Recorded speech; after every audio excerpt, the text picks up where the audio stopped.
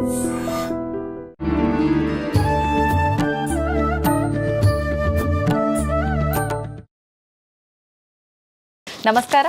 Welcome to I dream. ధర్మ మార్గం కార్యక్రమానికి స్వాగతం. నేను మీ విజిత. ప్రస్తుతం మనతో పాటు ఉన్నారు ప్రముఖ జ్యోతిషులు శ్రీ నందిబట్ల శ్రీహరి శర్మ గురువు గారు. ఇప్పుడు వారితో మాట్లాడి మరిన్ని విషయాలు తెలుసుకుందాం. నమస్కారం గురుగారు. వాగర్థావివ సంపృక్తౌ వాగర్థ ప్రతిపత్తయే జగతః పితరౌ వందే పార్వతీ పరమేశ్వరౌ. సదాశివసమారంభాం శంకరాచార్య మధ్యమాం అస్మదాచార్య పర్యంతం వందే గురు పరంపరాం. ఆదిత్యాయ చ సోమాయ మంగళాయ బుధాయ చ గురు శుక్ర శనిభ్యశ్చ రాహవే కేతవే నమః. శృంగేరి జగద్గురు పీఠాధిపతులకి, కంచి పీఠాధిపతులకి నమస్కారములు తెలియజేసుకుంటూ కార్యక్రమాన్ని ప్రారంభిద్దాం. గురుగారు, మనకు శ్రావణ మాసంలో వచ్చే ప్రతి రోజు కూడా ఒక ప్రత్యేకత ఉంది. ఈ మాసం అంతా కూడా మనం చాలా చక్కగా ఒక పండగ వాతావరణం లాగానే జరుపుకుంటాము. ఎక్కువగా ఆధ్యాత్మిక మార్గంలో పరిగెడుతూ ఉంటాం ఈ నెలంతా కూడా. అలా చూసుకుంటే ఎక్కువగా శనివారానికి కూడా ఒక ప్రత్యేకమైన స్థానం ఉందనే చెప్పాలి ఈ శ్రావణ మాసంలో.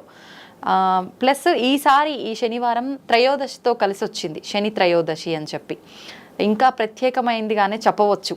నిజంగా ఆ రోజు మనకు శని దోషాలు ఉన్న వాళ్ళు ఏ రకంగా ఉపయోగించుకోవచ్చు అంటారు శని త్రయోదశి రోజు? మీరు అన్నమాట చాలా వాస్తవం. ఎందుకంటే శ్రావణ మాసం అంతా కూడా ప్రతిరోజు ఒక పుణ్యతిథి లాంటిదే. అందున శనివారం నాడు శనివారంగా వెంకటేశ్వర స్వామిని ఆరాధన చేస్తారు ఎక్కువగా. ఆంజనేయ స్వామిని కూడా ఆరాధన చేస్తారు. అయితే శని త్రయోదశులు అనేటువంటివి ప్రతి సంవత్సరం వస్తూ ఉంటాయి. కానీ అత్యంత అరుదుగా ఈ యొక్క శ్రావణ మాసంలో రావడం మాత్రం విశేషం. అంటే అనేకమైనటువంటి 33 కోట్ల దేవతలు పూజలు అందుకునే మాసము శ్రావణ మాసం.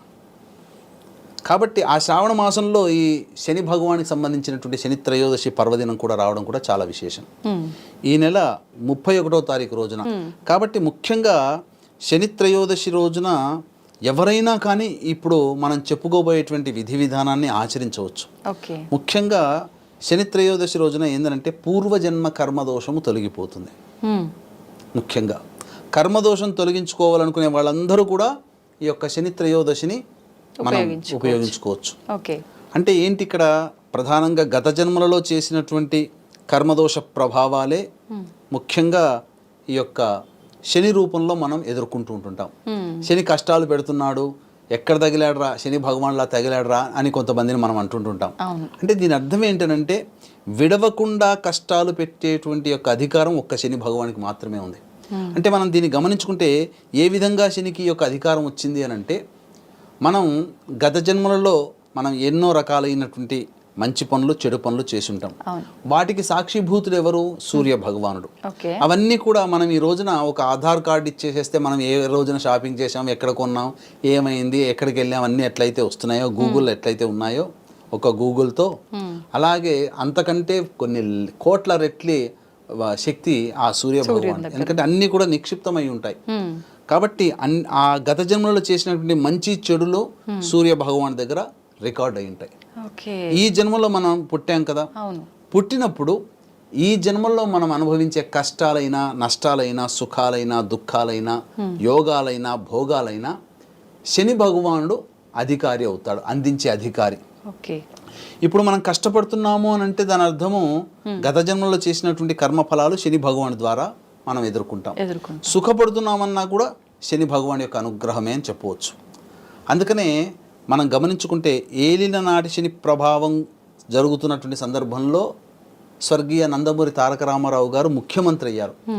ఒకసారి కాదు, బర్తరఫ్ చేసినా మళ్ళీ నెగ్గి మళ్ళీ రెండోసారి ముఖ్యమంత్రి అయ్యారు. కానీ ఇబ్బందులు పడతారట. కానీ శని ప్రభావం వల్ల యోగాలు కూడా కలుగుతాయి. యోగించే శని ప్రభావం ఉన్నప్పుడు అనన్య సామాన్యమైన యోగాలు కలుగుతాయి.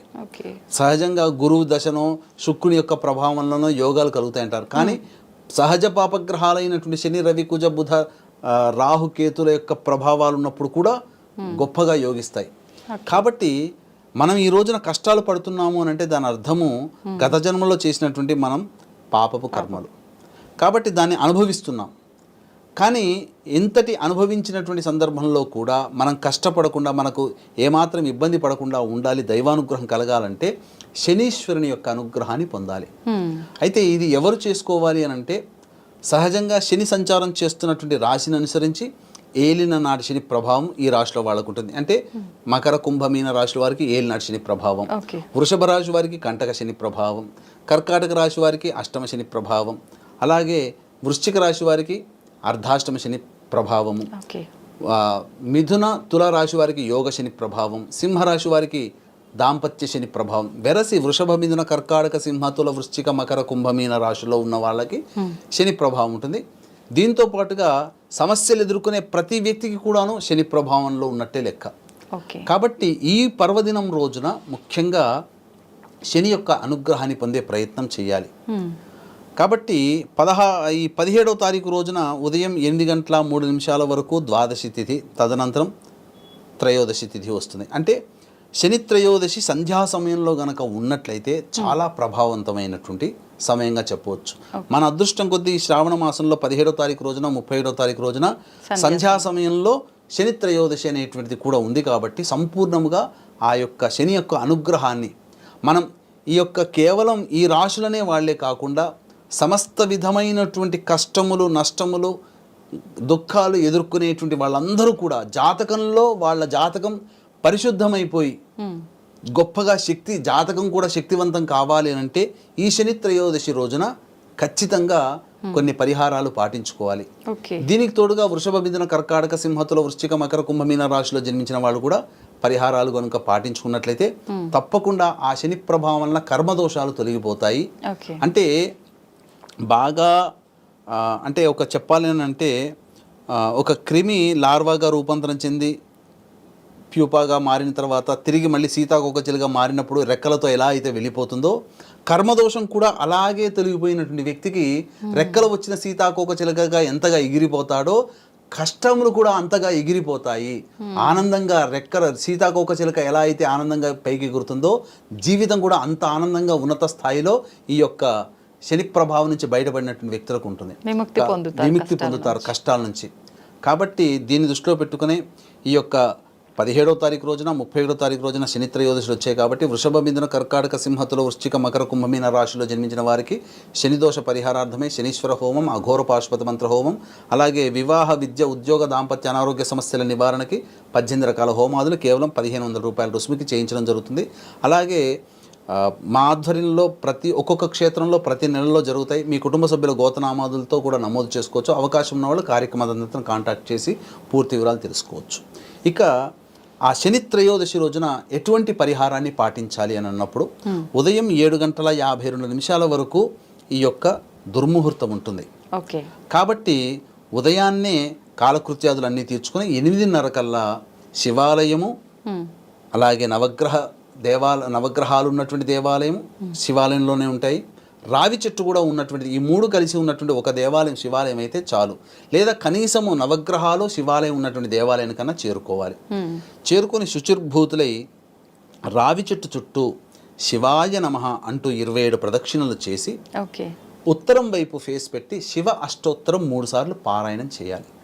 చేసిన తర్వాత నవగ్రహాల దగ్గరికి వచ్చాలి. నవగ్రహాల దగ్గరికి వచ్చిన తర్వాత శనైశ్వరుడికి అభిముఖంగా నిల్చుని, అనగా శనైశ్వరుడికి ఎదురుగా నిల్చుని, ఆ శనైశ్వరుడి దగ్గర ఇనుప ప్రమిదల్లో నువ్వుల నూనెతో దీపారాధన, నల్లవత్తితో దీపారాధన చేస్తే సరిపోతుంది. అనగా నల్ల వస్త్రాన్ని కొద్దిగా కట్ చేసి ఇలా దీపంలా ఒత్తిలాగా చేయొచ్చు, కాలిపోదు ఒత్తిలాగా చేసి చక్కగా దీపారాధన చేసి మళ్ళీ నవగ్రహాల చుట్టూ శివాయ నమః అంటూ శని దగ్గర నుంచి మొదలు పెట్టుకొని మళ్ళీ శని దగ్గరికి వస్తే ఒక ప్రదక్షిణ అవుతుంది. ఆ విధంగా 27 ప్రదక్షిణలు చేసిన తర్వాత స్వచ్ఛమైనటువంటి నల్ల నువ్వుల నూనెతో శనైశ్వరుడికి అభిషేకం నమక మంత్రంతో కానీ, లేదా శివాయ నమః అనుకుంటున్నైనా, లేదా ఓం శనైశ్వరాయ నమః అనుకుంటున్నైనా అభిషేకం చేయాలి. చేసిన తర్వాత అన్నము, నల్ల నువ్వులు కలిపినటువంటి ముద్దలు 8 ముద్దలు ఒక డొప్పలలో పెట్టి శనైశ్వరుడికి నైవేద్యంగా పెట్టాలి.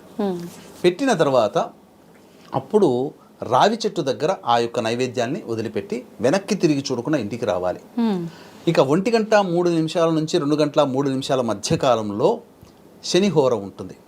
కాబట్టి ఆ సమయంలో దగ్గరలోని వృద్ధాశ్రమం కన్నా, లేదా వికలాంగుల స్థావరానికైనా, లేదా మీకు ఇంటికి దగ్గరలో ఎవరైనా వికలాంగులున్నా, వృద్ధులున్నా, పారిశుద్ధ్య కార్మికులు ముఖ్యంగా ఆ పారిశుద్ధ్య కార్మికులకి తినే పదార్థాలు బ్రెడ్డో, బిస్కెట్లో, లేకపోతే కనీసం ఛాయ్ తాగడానికైనా 10 రూపాయలు ఇచ్చి రండి. అంటే వాళ్ళకి వాళ్ళ మొహంలో సంతోషం అంటే మనం ఒకటి ఇవ్వడం వల్ల సంతోషం అనేటువంటిది వాళ్ళని ఆదుకున్న వాళ్ళు అవుతారు. కాబట్టి అటువంటి ఆర్ఫనేజ్ వాళ్ళకి మీరు సహాయ సహకారాలు అందించండి. తర్వాత సంధ్యా సమయం చాలా ప్రభావవంతమైన సమయం చెప్పాం కదమ్మా. ఆ సంధ్యా సమయంలో 5:30 గంటల కల్లా మళ్ళీ కాళ్ళు చేతులు కడుక్కొని శివాలయానికి చేరుకొని శివాలయంలో నీలిరంగు చామంతి పుష్పాలతోనైనా శంఖు పుష్పాలతోనైనా లేదా మారేడు దళాలతోనైనా కానీ ఆ ఈశ్వరునికి అర్చన చేయించుకోండి మీ గోతనామాదులతో. ఓకే. ఆ విధంగా ఆ రోజు కనుక చేసినట్లయితే ఆ రోజునంతా ఉపవాసం ఉంటే చాలా మంచిది. లేదా ఈ విధంగా చేయండి. చేసినట్లయితే కర్మదోషాలు తొలగిపోతాయి ఓకే దీని ప్రభావం వల్ల. గత జన్మ కర్మదోషాలు, ఈ జన్మలో సంచిత పురాకృత ప్రారబ్ధ కర్మదోషాలు అన్నీ కూడా తొలగిపోతాయమ్మా. తొలగిపోయి మళ్ళీ కొత్త జీవితంలో అడుగు పెడతాము. కర్మదోషం తొలగిపోతేనే మనకి ఇప్పుడు అనుభవిస్తున్నటువంటి అన్ని రకాల సమస్యలకి కర్మదోషాలేనమ్మా. కాబట్టి ఆ కర్మదోషం తొలగిపోతే మనము జీవితంలో ఏ ప్రయత్నంలో ఉంటామో, వివాహము, ఉద్యోగము, విద్య లేదా మంచి సంతానం కోసం, ఇలా ఆ దైవానుగ్రహంతో మంచి స్థితి కలుగుతుంది. మన సంకల్పం అచిరకాలంలో నెరవేరుతుంది. అంటే ఈ యొక్క సంబంధించిన శని ప్రభావానికి గురైనటువంటి వృషభ, మిథున, కర్కాటక, సింహతుల, వృశ్చిక, మకర, కుంభమీన రాశులు ఉన్నాయి కదమ్మా. వీళ్ళు ఏమనుకుంటారంటే ఈ రాశిలో ఉన్నటువంటి వాళ్ళకి శని ప్రభావం ఉంది, అందుకే ఏ సమస్యలు కావట్లే అంటారు. కానీ ఇక్కడ గమనించాల్సింది ఏంటంటే మంత్రం బ్రాహ్మణాధీనం, దైవం మంత్రాధీనం, తన్మంత్రం బ్రాహ్మణాధీనం. కాబట్టి మన పరిహారాలు మనం చేసుకోవాలి. మానవ పరిహారాలుగా చేసుకోవాలి, దైవ పరిహారాలుగా చేసుకోవాలి. ఏ సమస్యకైనా 2 రకాల పరిహారాలు ఉంటాయి. ఒకటి మానవ పరిహారం. ఇప్పుడు మనం డాక్టర్ దగ్గర మనకి ఏదైనా అనారోగ్యం వచ్చింది, డాక్టర్ దగ్గరికి వెళ్ళాం. డాక్టర్ సూచించేటువంటిది వైద్య పరిహారం, మందులు. మానవ పరిహారం ఏంటి? ఏ సమయంలో వేసుకోవాలి, అన్నం తిన్న తర్వాతనా, తినకముందా, ఎటువంటి పథ్యం చేయాలి, ఇవన్నీ మానవులుగా మనం చేయాల్సింది. వైద్య పరిహారం మందు. అలాగే సమస్యకి దైవ పరిహారం కోసం వచ్చినప్పుడు మంత్ర పరిహారము, అలాగే మానవ పరిహారం, దైవ పరిహారం అనేవి ఉంటాయి. మానవ పరిహారం అంటే మనం చేయగలిగినటువంటి, మీరు చేసుకోగలిగేటువంటివి ఆ దేవాలయంలో ప్రదక్షిణలు చేయడము, అభిషేకం చేయడం మానవ పరిహారంగా చేసుకోండి. మంత్ర పరిహారం అంటే మా ఆధ్వర్యంలో 17వ తారీఖు 31వ తారీఖు నాడు జరిగే కార్యక్రమంలో పాల్గొనడం, ఇలా చేసుకోవాలి. అంటే ఏంటి దీని యొక్క ముఖ్య ఉద్దేశం అంటే సమస్యలు తప్పిపోవమ్మా. ఇది చేయడం వల్ల ఏదో సినిమాల్లో చూపించినట్టుగా సమస్యలు పారిపోవు. సమస్యలు వస్తాయి, కష్టాలు వస్తాయి. కానీ వర్షం వచ్చినప్పుడు, ఎండలో ఉన్నప్పుడు గొడుగును మనం ఆధారంగా చేసుకొని మన పనులు ఎలా చక్కబెట్టుకుంటామో ఆ గొడుగే దైవము, దైవ అనుగ్రహం. ఆ దైవానుగ్రహాన్ని మనం పెట్టుకొని మన పనులు మనం చేసుకుంటాము. ఎంతటి వర్షం వచ్చినా మనం సేఫ్గా ఉంటాం కదా. ఎన్ని కష్టాలు వచ్చినా మన మనస్సుని, మన శరీరాన్ని బాధ పెట్టకుండా కష్టాలు వస్తాయి. కానీ దైవం అనే గొడుగు అనేటువంటి దైవ అనుగ్రహంతో ఆ కష్టాలని, సమస్యల్ని మనం దాటుకుంటామని దీని యొక్క అర్థంగా మనం భావించాలమ్మా. ఓకే. కానీ చాలా మంది అనుకుంటారు ఎన్ని పూజలు చేసినా, ఏం చేసినా ఏం తగ్గుతుంది, ఏం పోతుంది, ఎందుకు అసలు చేయడమే వేస్ట్ అని చెప్పి ఒక రకమైన భావనలోకి వెళ్ళిపోతారు గురుగారు. చాలా దైవానుగ్రహం పొందాలమ్మా. నలదమయంతులకే తప్పలేదమ్మా, పాండవులకే తప్పలేదమ్మా. మనమెంతటి వారము, అంతటి వీరాది వీరుడు శూరులైన పాండవులకే శని యొక్క ప్రభావం వల్ల వాళ్ళు అడవుల బాట పట్టాల్సి వచ్చింది, అజ్ఞాతవాసం చేయాల్సి వచ్చింది. నలదమయంతులు వివాహం చేసుకున్న సందర్భంలో నలుడికే చెప్తాడు, నేను నిన్ను నీ దగ్గరికి రాబోతున్నాను, జాగ్రత్తగా ఉండు అని. కానీ నలుడు కూడా ఏం చేయలేకపోయాడు. దాంపత్య విభేదం ఏర్పడింది. మళ్ళీ నలుడు ఆ శనీశ్వరుని అనుగ్రహాన్ని పొంది మళ్ళీ దంపతులు ఒకటయ్యారు. దశరథ మహారాజు కూడా ఎన్నోసార్లు యుద్ధం చేసినా యుద్ధంలో గెలవకపోతే రాక్షసుల మీద శని ప్రభావం వల్లనే నీకు ఈ విధంగా జరుగుతుందంటే అప్పుడు శనిని స్తుతిస్తాడు. దశరథ ప్రోక్త శని స్తోత్రం కోనస్థో బింగళో బబ్రు అని చెప్పి వచ్చేటువంటిది అదే. దశరథ ప్రోక్త శని స్తోత్రం అనేటువంటిది దశరథుడు స్తుతించాడు కాబట్టి వచ్చింది. శనేశ్వరునికి అనుగ్రహాన్ని పొంది రాక్షసుల మీద విజయాన్ని పొందాడు. కాబట్టి ఎవరికైనా, ఎంతటి వారికైనా దైవానుగ్రహం సాక్షాత్తు మనం చెప్పుకుంటాం, ఇది నిజంగా జరగలేదు. కానీ శనేశ్వరుడు ఎంతటి గొప్పవాడో అని చెప్పుకోవడానికి శంకరుడు కూడా శనేశ్వరుని యొక్క దోషానికి గురి కాకుండా తుమ్మ చెట్టు త్వరలో దాక్కున్నాడు. ఇది ఒక కథగా చెప్పారు. అంటే శని యొక్క ప్రభావం ఎంతటి గొప్పది, ఈశ్వరుడు కూడా తప్పించుకోలేడనే భావంతో చెప్పారు తప్ప అది నిజంగా జరిగింది కాదు. అంటే మనకు ఒక ఎగ్జాంపుల్గా. సంతోషం గురుగారు, చాలా చక్కగా వివరించారు. ధన్యవాదాలు. సర్వం శ్రీ ఉమామహేశ్వర పరబ్రహ్మార్పణమస్తు.